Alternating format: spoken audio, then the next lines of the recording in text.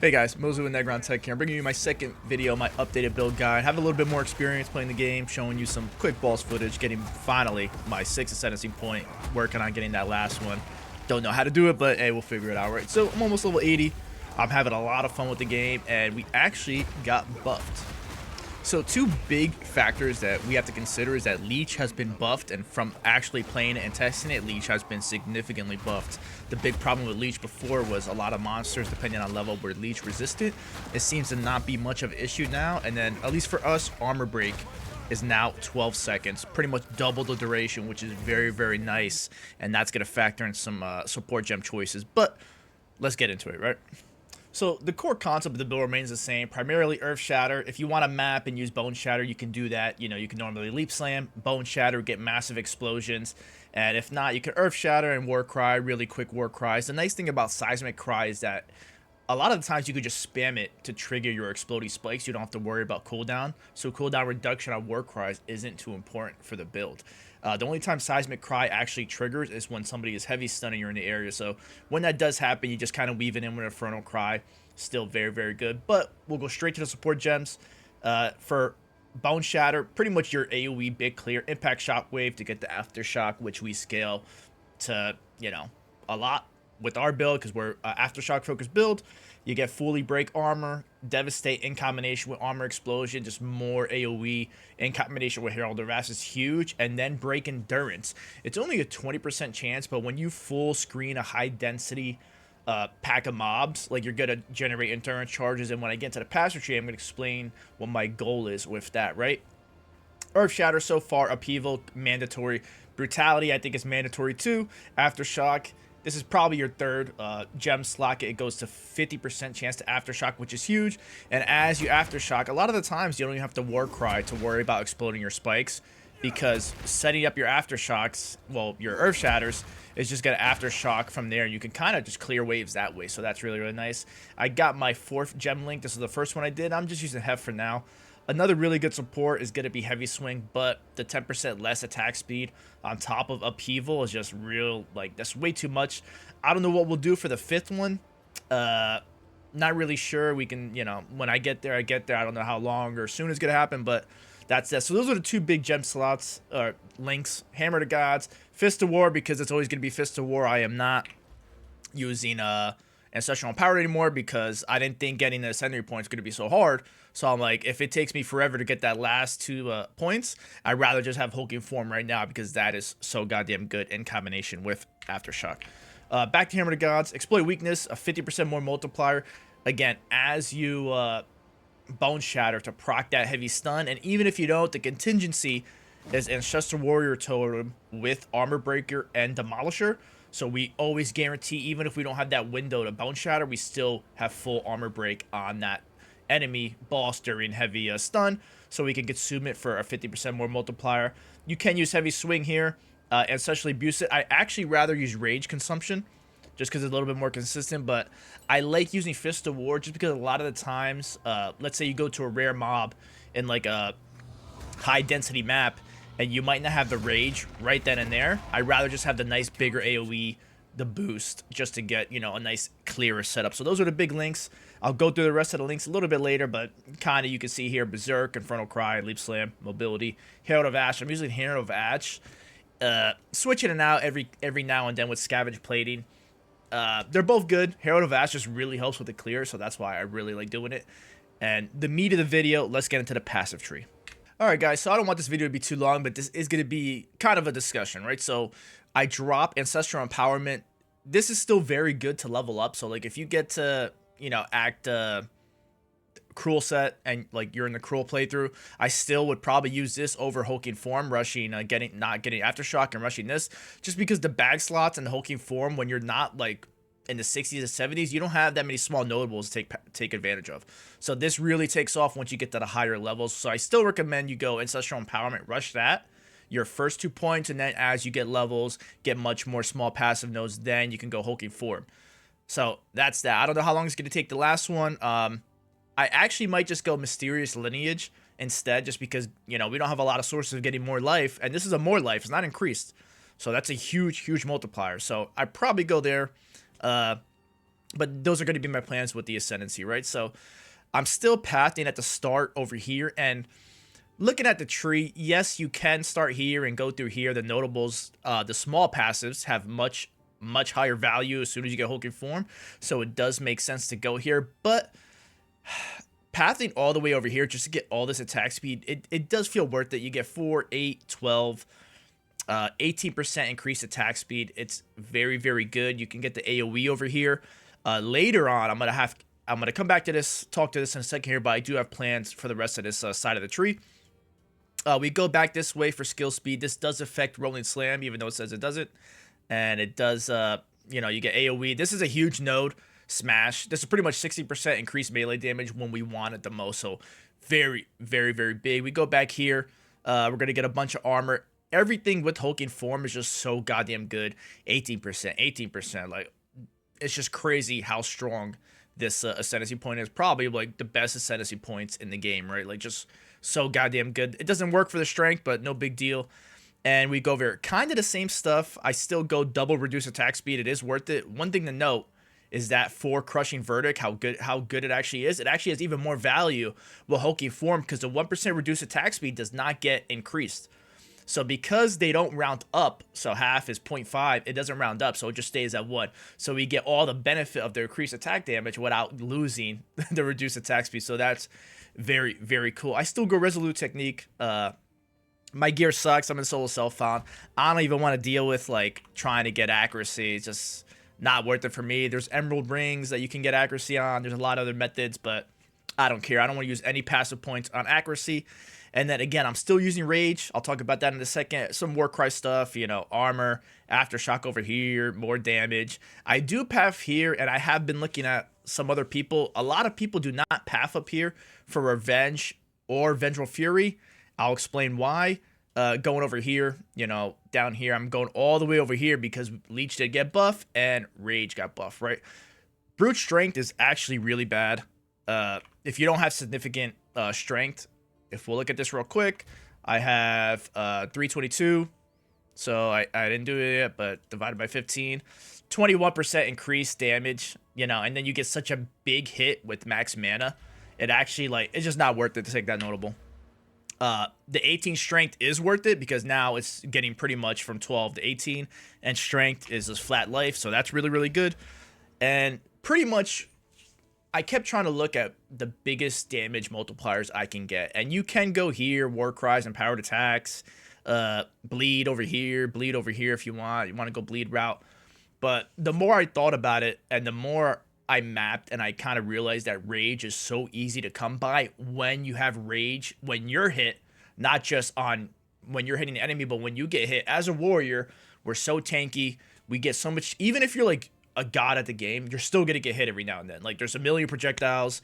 You know, I haven't even dealt with a lot of multi-proj maps, but you're going to take drip damage, dot damage, like you're going to get hit a bunch. And when you get hit, there is no minimum effect. Like, there is no like, oh, you could only generate one rage when hit. It is pretty much happens like that. So with all these, even just this, even with Vengeful Fury and these nodes and not going down here, you're gonna be at near max rage. So that's why I'm doing it. I have 51 max rage right now, which is 51% more damage. With Berserk, that is, I think this will come up to 50 at level 20. I don't know for sure.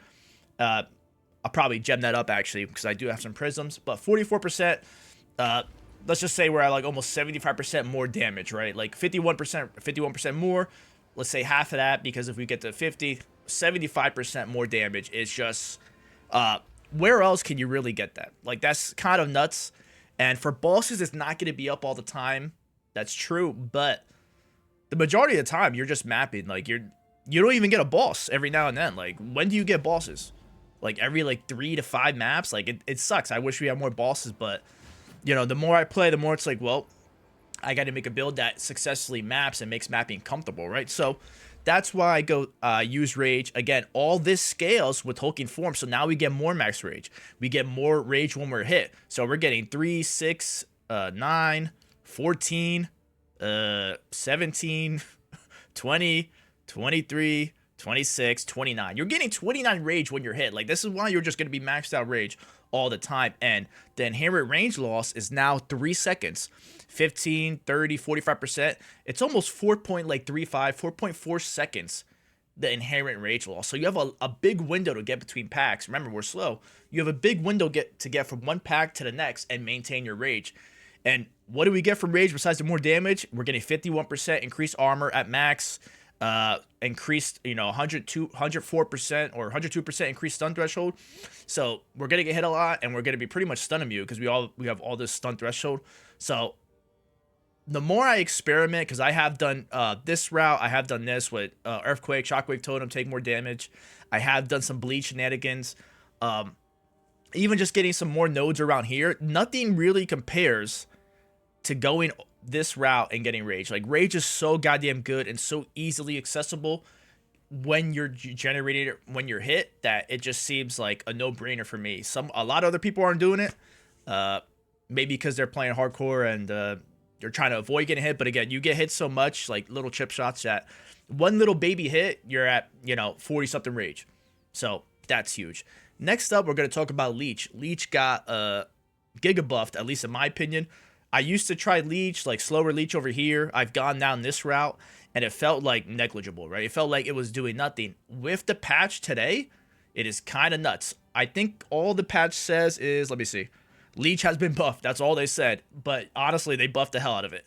So because we're going over here for all this max rage, rage on hit, stun threshold rage, I'm going all the way over here. We're already here. One more point, and again, every point of travel that's strength is actually good.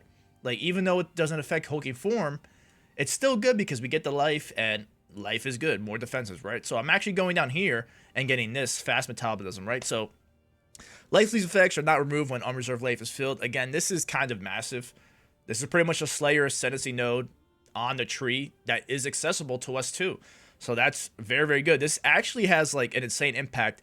All those times that you get stuck in a breach and you're like getting like chain stunned, you're still generating that rage from previous hits. And I have died like so much since I've taken this node, and since this morning I haven't died a single time. The only time I've actually died was Sanctum when I was trying to get the nodes, and I didn't even die. I just got hit with honor. So I lost my honor. That's it. Goring, not sure if this is worth it because you lose the max life, but 30% increased amount of life leech is good, and increased fizz, that's good too. So, and again, all this stuff, we leech so much faster, 22% here, and 50% more, more life leech, very, very good. But anyway, I think a rage focus build, it just makes getting this nodes over here more accessible, which is great. Leech is so goddamn good, and over here, this leech, I'm not sure if I'm a big fan of it. I don't even want to test it because I really don't want to leech life slow.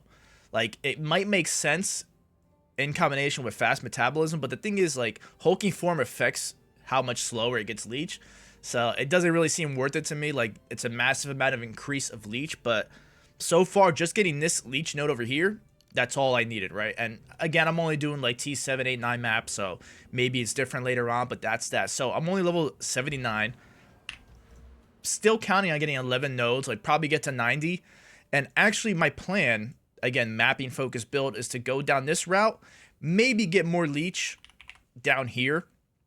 20% is instant, so that'll help a lot. Maybe it won't be worth it because we don't, instant leech does not synergize well with leech not getting reserved when life is full. But over here is something very interesting to me, and going back to breaking armor, generating our endurance charge through bone shatter while mapping, is that these nodes, 30, 60, 90%, if you consumed an endurance charge recently. Your war cries actually consume endurance charges if you have it to exert and power more attacks, right? So you have 4 max endurance charges over here. That's very, very good. The 5% doesn't really matter, but it doesn't matter how many endurance charges you consume, just that you have done it in the past 4 seconds, right? So getting a 90% increased armor, again, as you're mapping, you leap slam around, you get a bone shatter proc, that heavy stun, prime for stun. You bone shatter, you fucking full screen to clear, and you get endurance charges. You war cry, bam, you got 90% increased armor.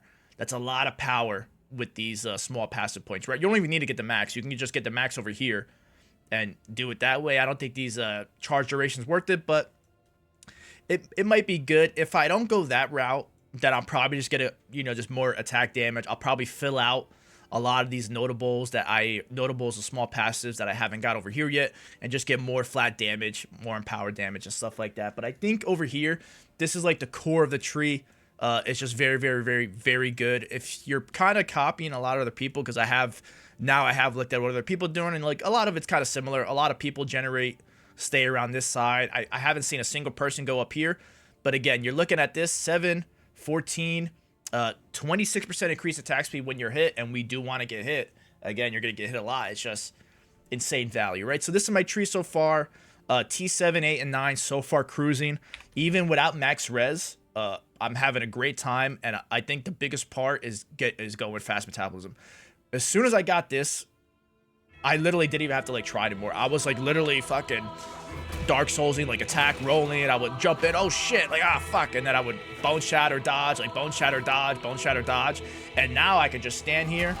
Oh, I'm chilling, boys. Like I'm telling you, Leech got buffed that well, and if you don't have any Leech source, then the easiest thing to do is just get Leech on your rune. You can get the flat 20%, which I think is going to be like mandatory as melee. Like it just adds, it's a local implicit, it adds too much damage, and then you can get Life Leech.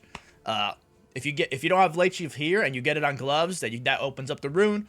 But again, I don't have that, so that's pretty much the build. TLDR, I'll mark this. Rage is super good, and Leech is really, really, really good. It is worth it. 100% going down here. For my experience, it is worth it. So that's pretty much that. Most of my Necron Tech Grid. If you have any questions, let me know. I will be doing a written guide on mobalytics.